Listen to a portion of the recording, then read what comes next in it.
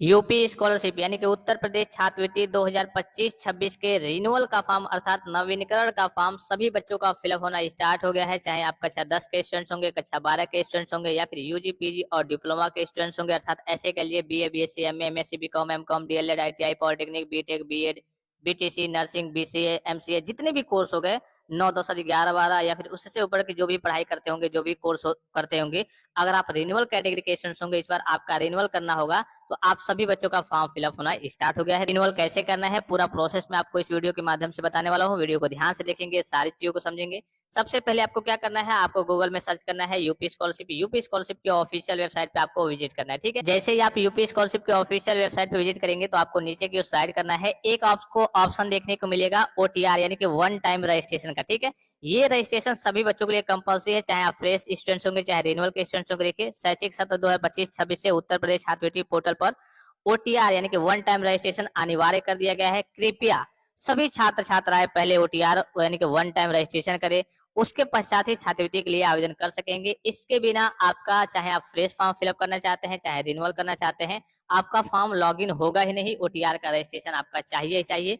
तो ओटीआर कैसे इसका रजिस्ट्रेशन करना है, उस वीडियो का जो लिंक है इसी वीडियो के डिस्क्रिप्शन बॉक्स में मैं सबसे ऊपर करना है। अब आपको क्या करना है, ओटीआर का रजिस्ट्रेशन आपने कर लिया, उसके बाद से फिर से आपको यूपी स्कॉलरशिप के ऑफिशियल वेबसाइट पे विजिट करना है। स्टूडेंट्स वाले ऑप्शन में आना है, यहाँ पे आप रिन्यूअल करने आए हैं, ये लॉग इन रिन्यूअल, ठीक है, इसी वाले ऑप्शन पे आपको क्लिक करना है। उसके बाद से यहाँ देखिए आपको 4 ऑप्शन देखने को मिलेंगे। 4 ऑप्शन में क्या क्या है, पहला जो ऑप्शन है वो कक्षा 10 के बच्चों के लिए है, दूसरा कक्षा 12 के बच्चों के लिए है रिन्यूअल के लिए, ठीक है, और आपका तीसरा यूजी पीजी और डिप्लोमा के बच्चों के लिए, अर्थात ऐसे के लिए BA BSc MA MSc BCom MCom DElEd ITI polytechnic BTech BEd BTC BC MCA BB MBA nursing जितने भी कोर्स हो गए उनके लिए तीसरा ऑप्शन है। और चौथा ऑप्शन भी पोस्ट मैट्रिक के बच्चों के लिए है, अदर स्टेट के बच्चों के लिए है। तो आपका जो भी होगा क्लास कोर्स उसको आपको क्या कर लेना है, सिलेक्ट कर लेना है। जैसे ही सिलेक्ट करेंगे आपके सामने कुछ इस प्रकार का इंटरफेस ओपन होकर आएगा। यहाँ पे आपको अपना क्या करना है, रजिस्ट्रेशन नंबर फिलअप करना है स्कॉलरशिप का। यहाँ पे जो ओटीआर का रजिस्ट्रेशन आपने किया था उसका नंबर फिलअप करना है। यहाँ पे ओटीआर का जो रजिस्ट्रेशन नंबर होगा उसमें पहले यूपी 25 23 22 ऐसे करके होगा, तो सारा जितना आपका ओटीआर नंबर होगा उसमें आपका कल एक डैश भी होगा, उन सारी चीजों को फिलअप करना है, ठीक है। उसके बाद से यहाँ पे पासवर्ड फिलअप करना है और यहाँ पे ये जो कैप्चा दिख रहा होगा इस कैप्चा को आपको यहाँ पे फिलअप करना है, सबमिट का ऑप्शन पे क्लिक करना है। अगर मान लीजिए कि किसी कारणवश आप ओटीआर भूल गए हैं तो यहाँ पे क्लिक करेंगे, आपके रजिस्टर्ड मोबाइल नंबर पे ओटीपी जाएगा, ओटीआर आपको मिल जाएगा। अगर आप पासवर्ड भूल गए हैं तो यहाँ पे क्लिक करके आप पासवर्ड जनरेट कर सकते हैं। कभी कभी वेबसाइट में प्रॉब्लम रहती है तो यहाँ पे पासवर्ड आपका जनरेट नहीं होता है, तो कुछ दिन बाद ट्राई करेंगे, 2 4 5 10 दिन बाद, तो यहाँ पे आपको पासवर्ड देखने को मिल जाएगा, ठीक है। चलिए सारी चीजों को फिलअप करके मैं सबमिट पे क्लिक करके आगे के प्रोसीड करके आपको दिखाता हूँ। अब देखिए फाइनली सारी चीजों को फिलअप किया चुका है। यहाँ पे सबमिट वाले ऑप्शन पे आपको क्लिक करना है। जैसे ही सबमिट वाले ऑप्शन पे क्लिक करेंगे, अगर सही तरीके से आपने डेटा को फिलअप किया होगा तो आपका फॉर्म यहाँ पे लॉगिन हो जाएगा। अब यहाँ पे बस थोड़ा सा ध्यान से देखेंगे, 1 मिनट, ठीक है।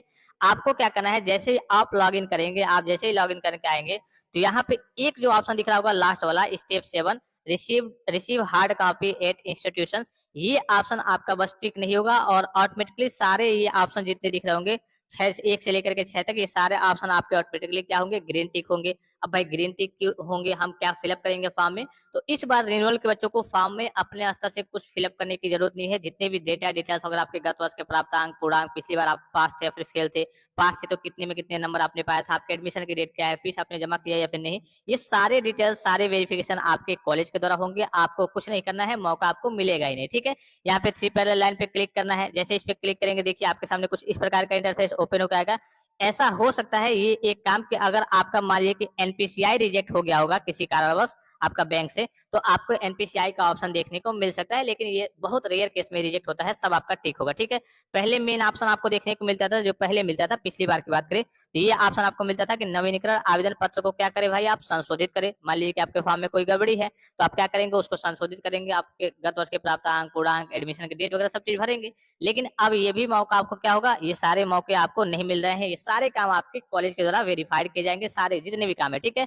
उसके बाद से नीचे की ओर आप आएंगे तो यहाँ देखिए एक ऑप्शन आपको देखने को मिलेगा प्रिंट करने के लिए। प्रिंट करने का मौका कब मिलता था भाई, जाहिर सी बात है, अगर मान लीजिए कि आपने अपने आवेदन में कुछ सुधार किया है, ठीक है, आपने आपने क्या किया है, फॉर्म में कुछ सुधार किया है, तो आपको प्रिंट का मौका मिलेगा कि हाँ भाई आप उसको प्रिंट करके देख लीजिए कि हाँ आपने जो भी चीजें आपने सुधार की है उसको सही सही तरीके से आपने फिलअप किया या फिर नहीं। ठीक है, तो पहले प्रिंट करने का मौका मिलता था, उसके बाद से फाइनल प्रिंट करने का मौका मिलता था।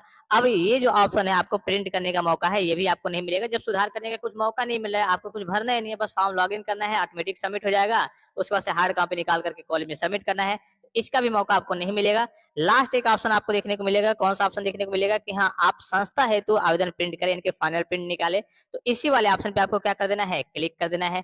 जैसे इस पे क्लिक करेंगे आपको अपना फाइनल प्रिंट देखने को मिल जाएगा। यहाँ पे अगर आप डेट देखेंगे तो किस डेट में, तो 5/8/2025। आज कितना डेट है, 5/8/2025 है। जिस भी डेट में यहाँ पे आप फाइनल प्रिंट निकालेंगे वो डेट आपको देखने को मिल जाएगा। नवीनीकरण का फॉर्म है, यहाँ पे दिख रहा होगा। 2025-26 का फॉर्म है, यहाँ पे आपको दिख रहा होगा। ठीक है, आपको यहाँ पे दिख रहा होगा शिक्षण संस्था में जमा करने, तो यानी कि ये आपका फाइनल ओरिजिनल प्रिंट है जो 3 पेज का होता है। आपको इसको और इसके साथ जो डॉक्यूमेंट्स लगते हैं उसको कॉलेज में सबमिट करना होता है। डॉक्यूमेंट्स के बारे में मैंने ऑलरेडी आपको बता रखा है, फिर से एक बार और चलिए नीचे में आपको इसी में नीचे मेंशन रहती है।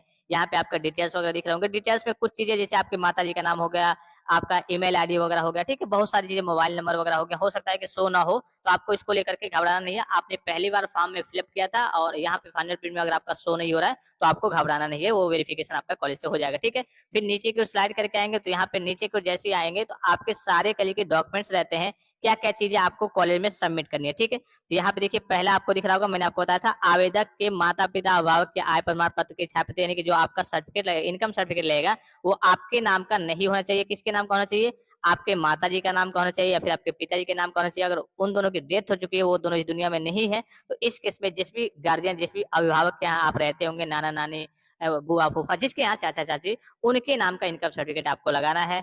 फिर दूसरा यहाँ पे दिख रहा होगा, ये चीज आप समझ गए। फिर दूसरा यहाँ पे आपको दिख रहा होगा, दूसरे में क्या दिया हुआ है, दूसरे में दिया हुआ है कि आवेदक के जाति प्रमाण पत्र की छाया प्रति, यानी कि पहले में तो है चलिए इनकम सर्टिफिकेट जो लगाना है आपको अपने गार्जियन के नाम का लगाना है, अभिभावक के नाम का लगाना है, लेकिन जो जाति प्रमाण पत्र रहेगा वो आपके नाम का रहेगा। देखिए आवेदक के जाति प्रमाण पत्र की छाया प्रति। फिर तीसरे में देखिए आपके शुल्क की रसीद हो गया, SC ST से है तो कोई बहुत ज्यादा जरूरी नहीं है।